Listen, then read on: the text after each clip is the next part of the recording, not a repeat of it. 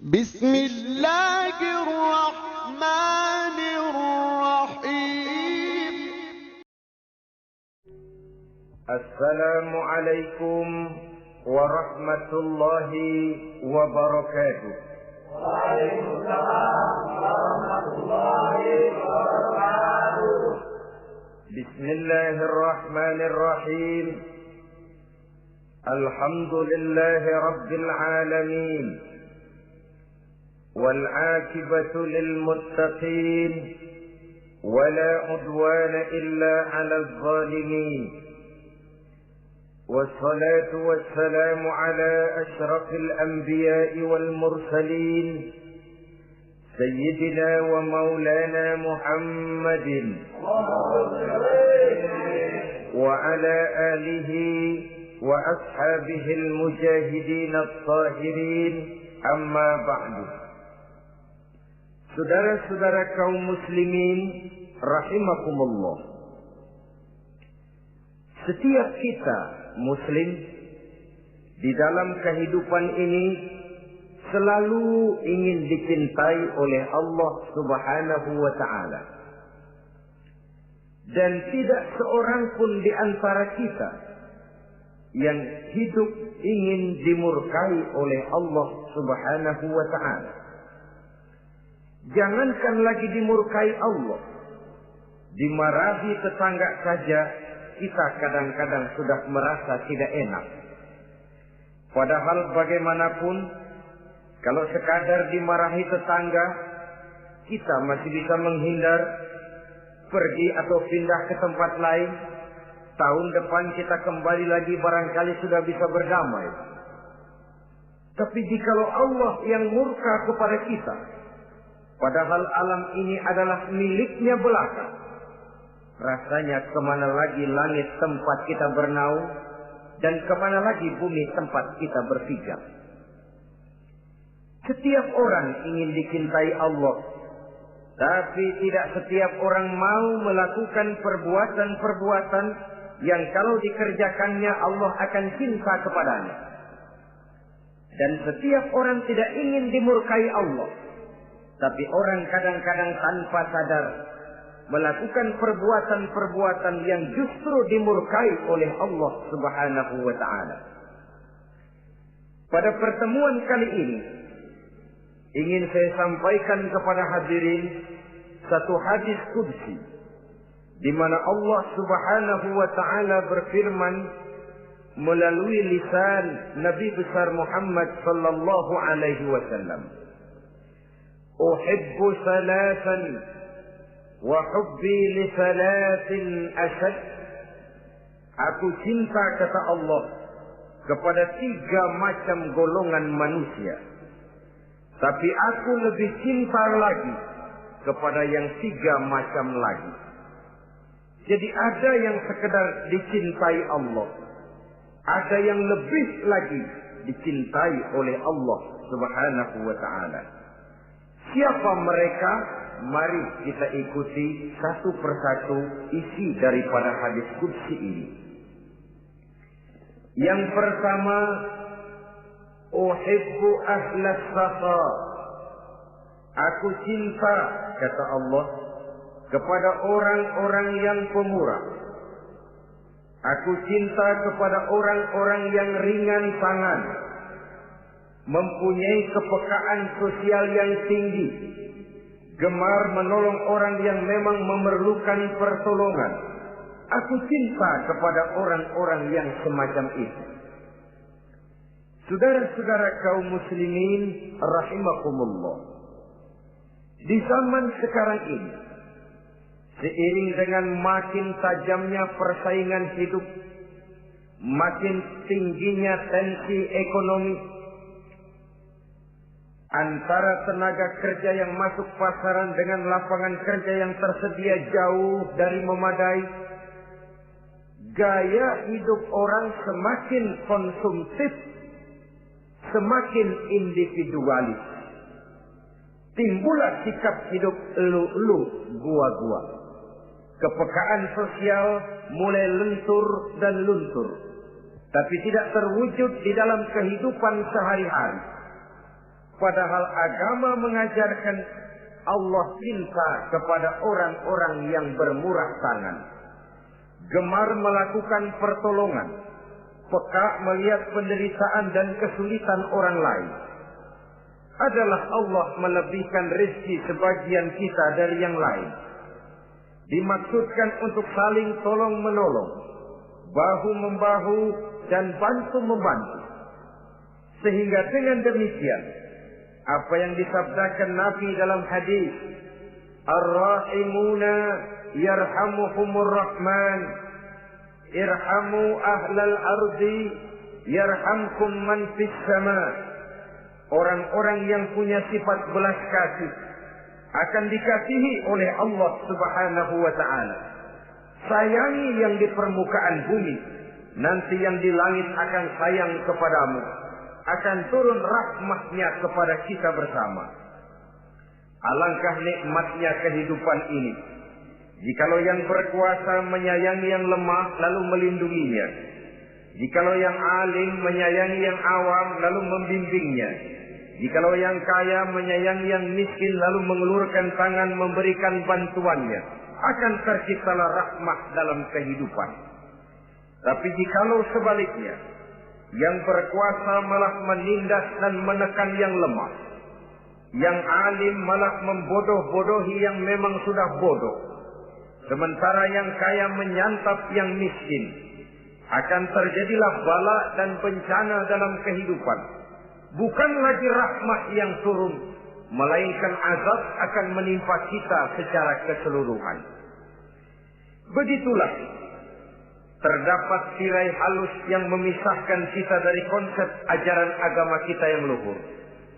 Agama mengajarkan yadul ulya khairun min yadi sufla, bahwa tangan di atas lebih baik daripada tangan yang di bawah. Orang yang memberi lebih baik daripada orang yang menerima. Tapi yang kita praktekkan, kita selalu berada pada posisi tangan di bawah, menjadi umat yang manja, yang lemah, padahal bukan tidak punya potensi, tapi mungkin karena kita tidak pandai menginventarisir potensi. Kadang-kadang ada panitia pembangunan masjid, membangun masjid, meletakkan batu pertama sekaligus jadi batu terakhir. Setelah itu la yamutu wa la yahya, hidup tidak kelihatan geraknya, mati pun tidak ketahuan kuburannya. Masjid impoten, pesantren terbengkalai, majelis taklim terlunta-lunta, rumah sakit Islam tak kunjung selesai. Tidak adakah orang Islam yang kaya? Banyak. Tidak adakah orang Islam yang punya posisi kunci, posisi basah, posisi menentukan? Banyak. Secara jujur kita harus berkata, yang belum banyak ialah yang mau berbuat atas nama dan demi kepentingan agamanya. Kita juga bukan tidak punya potensi. Kita tidak pandai menginventarisir potensi untuk kepentingan dan kemaslahatan kita bersama. Saudara-saudara kaum muslimin rahimakumullah. Dengan demikian, kita bisa lihat dalam kehidupan sehari-hari di masjid misalnya. Itu kalau hari Jumat kadang-kadang kita sengaja mau berangkat sholat Jumat tidak bawa uang. Maka yang paling lancar di masjid, kotak. Saudara boleh lihat kotak itu. Dari sudut ke sudut hampir tidak pernah macet. Lancar betul jalannya. Sekali macet, kotak. 50. 100. Wajar kalau masjid-masjid kita lalu impoten. Bagaimana akan mengadakan kegiatan kalau tidak ada dana? Oleh karena itu pada kesempatan ini saya ingin mengetik, berbahagialah kita jikalau oleh Allah Subhanahu wa ta'ala diberikan kepercayaan berupa titipan, wa mal malu wal banuna illa wadai'. Harta dan anak-anak tidak lain satu titipan dari Allah Subhanahu wa ta'ala. Dan pada satu saat titipan itu akan diambil oleh yang empunya. Allah cinta kepada orang-orang yang pemurah. Allah akan memberikan balasan yang berlipat ganda. Kalau saudara bersedekah kepada anak yatim, bukan si yatim itu yang akan membalasnya. Kalau saudara membantu pembangunan masjid, bukan panitia masjid yang akan memberikan ganjarannya. Kalau saudara membangun pondok pesantren, bukan kiai yang punya pesantren yang akan memberikan balasannya. Allah Subhanahu wa ta'ala melalui jalan yang tidak kita sangka-sangka, melalui jalan yang dalam istilah Quran disebut min haitsu la yahtasib, melalui jalan yang tidak pernah kita hitung, kita sangka sama sekali, jalan gaib yang hanya Allah saja yang maha tahu. Sebaliknya, wa hubbi lil faqir as-sakhi asad, kata Allah, aku cinta kepada orang-orang yang pemurah, tapi aku lebih cinta lagi kepada orang-orang miskin yang pemurah.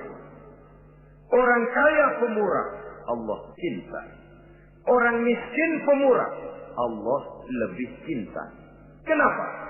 Kalau orang kaya sedekah 5.000 rupiah misalnya, orang miskin pun sedekah 5.000 rupiah, sama jumlahnya, sama ikhlasnya, sama halalnya, tapi besarnya pahala lebih besar sedekah si miskin yang 5.000 rupiah itu ketimbang si kaya yang juga 5.000 rupiah.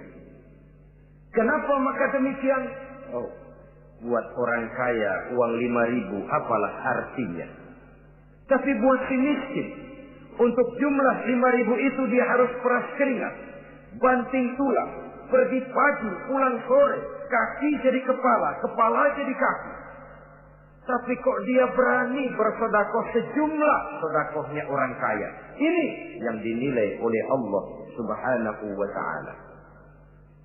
Saudara-saudara kaum muslimin rahimakumullah,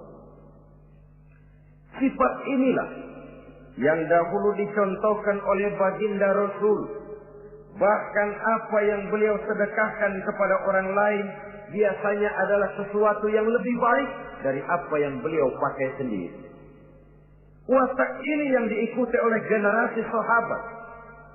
Kita ambil contoh ketika terjadi perang Tabuk misalnya. Datanglah Sayyidina Abu Bakar Siddiq, membawa seluruh harta bendanya disumbangkan di jalan Allah. Melihat ini Nabi bertanya, "Hal tarakta li ahlika syai'an ya Abu Bakar?" Wahai Abu Bakar, begini banyak harta yang kau infakkan fi sabilillah ini, apakah buat keluargamu sudah kau tinggalkan? Sayyidina Abu Bakar dengan tegas menjawab, "Taraktu lahumullaha wa rasulahu." Sudah, saya tinggalkan mereka Allah dan Rasulnya. Saya tinggalkan mereka keyakinan, akidah, iman, bahwa kalau kami menolong Allah, menolong agama, Allah akan menolong kami. Bahwa kami tidak akan jadi melarat karena memperjuangkan agama. Bahwa kami tidak akan jatuh miskin kalau harta ini kami belanjakan di jalan Allah. Kami tinggalkan keyakinan itu kepada anak-anak dan istri di rumah. Sementara harta yang ada seluruhnya kami bawa kemari. Keyakinan yang dimiliki oleh Sayyidina Abu Bakar Siddiq di zaman sekarang ini sudah merupakan keyakinan yang sangat langka. Kita belum yakin benar akan kebenaran janji Allah. Sehingga dengan demikian timbullah keraguan-raguan. Apa iya kalau saya belanjakan uang ini di jalan Allah akan ada balasannya? Apa iya kalau uang ini saya gunakan untuk melaksanakan ibadah akan datang balasannya? Padahal dalam hadis qudsi Allah menjanjikan, "Ana inda zanni 'abdi bi." Aku ini, kata Allah, bagaimana menurut persangkaan hambaku saja kepadaku. Kalau dia sangka baik, insya Allah baik datangnya. Kalau dia sangka tidak, aku bagaimana menurut sangka hambaku kepadaku. Itulah sebabnya dalam segala hal kita harus husnuzan, berbaik sangka kepada Allah Subhanahu wa ta'ala. Saudara-saudara kaum muslimin rahimakumullah. Inilah golongan pertama kekasih Allah. Orang-orang yang dicintai Allah. Orang-orang yang pemurah, yang sadar bahwa harta hanya sekadar titipan dari Allah Subhanahu wa ta'ala. Dan harta menurut Nabi, apabila sudah kita belanjakan di jalan Allah, dia akan berkata, pertama, kuntu qalilatan fakassartani, jumlahku sebenarnya sedikit, tapi lantaran engkau sedekahkan aku, engkau belanjakan aku di jalan Allah, maka jumlahku jadi banyak. Kau sedekah 1.000, dibalas 7.000, dikali 10, dikali 100, masih ditambah wallahu yudha'ifu liman yasha. Allah melipat gandakan pahala kebajikan dari orang-orang yang dikehendakinya. Yang kedua, harta itu akan bicara lagi. Kuntu faniyatan fa'abqaitani. Aku ini sebenarnya fana, tidak kekal, berubah, relatif dan temporer, sirna oleh pergeseran masa dan pertukaran waktu. Tapi lantaran engkau sedekahkan aku, engkau belanjakan aku di jalan Allah, maka nilaiku jadi kekal, akan mendampingi engkau sampai di hadratullah azza wa jalla di akhirat nanti. Jadi harta yang kita tumpuk-tumpuk, yang kita sangka akan mengekalkan kita sampai tidak akan miskin 7 keturunan, dengan segala macam cara kita tempuh, dia bukan harta yang kekal. Yang kekal yang kita belanjakan di jalan Allah Subhanahu wa ta'ala. Itu milik kita yang benar-benar akan kita nikmati. Yang ketiga, harta itu akan berkata lagi, kunta harisi fal'ana sirtu harisaka.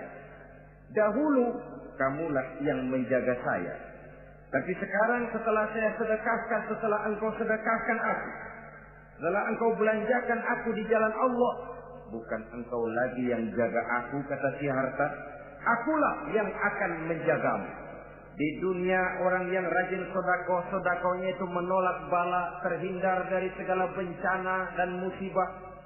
Sementara di akhirat, sedekahnya itu akan menjadi dinding yang menjaga dia dari jilatan api neraka. Demikian harta yang sudah kita infakkan, kita belanjakan, kita sedekahkan di jalan Allah itu akan menjadi pejangga kita. Sehingga Nabi menyatakan, inna sadaqatal mar'il muslim tazidu fil umri wa tadfa'u mitatas su'i. Sesungguhnya sedekahnya seorang mukmin dapat menambah umur panjang dan menyelamatkan seseorang dari mati secara su'ul khatimah. Marilah kita melihat bahwa agama ini memerlukan kita, bahwa umat ini mengharapkan pengorbanan kita. Dengan segala kemampuan yang ada pada diri kita, mari kita menyadari bahwa harta kita yang benar-benar milik kita, sesungguhnya yang sudah kita belanjakan di jalan Allah Subhanahu wa ta'ala.